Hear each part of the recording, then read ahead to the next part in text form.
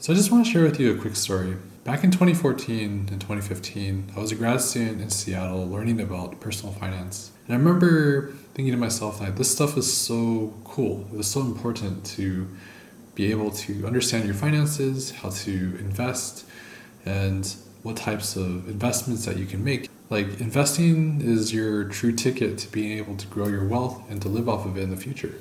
I was sharing this with some friends and I didn't really think much of it. They probably thought I was like they probably thought because of all the terms I was spewing out that I worked for Vanguard and I was getting paid commission for every account that they signed up for, which would have been awesome as a poor grad student.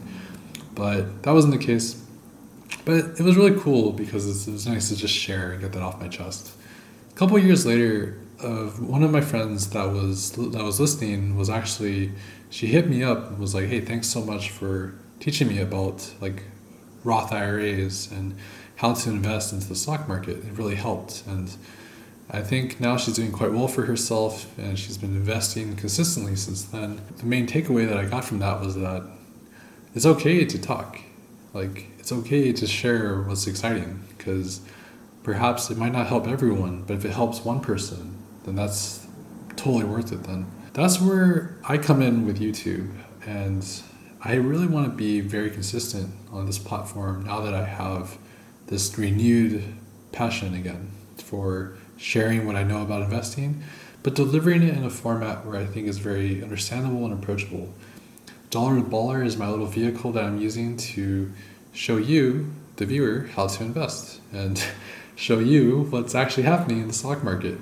I'm getting absolutely crushed right now. I think I'm down like 24%, and man, the markets are really crappy. But these are things that you would never know if you just listen to other YouTubers about talking about investing. They would just say like, "Oh yeah, you should be rolling in Lambos right now because you're investing in the stock market," which isn't true. It's not the case.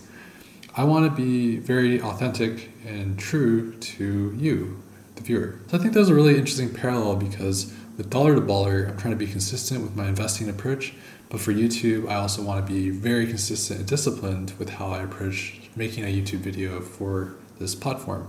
Because I know that YouTube, there's a huge audience out there, and I know that if I can just get one person, if I can just help one person get started, or maybe get one person to relate with what I'm doing, I would be over the moon if I could do that. YouTube is a really cool platform for this, and I'm really excited to see what can happen if I can just bridge that gap between investing, transparency, as well as in a video format like YouTube. So if you're sticking along for the ride, thanks so much. I really appreciate it. And if you're new here, welcome. I want to be able to be super honest with you and show exactly what I would have liked to see back then too. So that about does it for me. Thanks so much for watching, and if you liked what you saw, feel free to like and subscribe, and I'll see you in the next one. Cheers.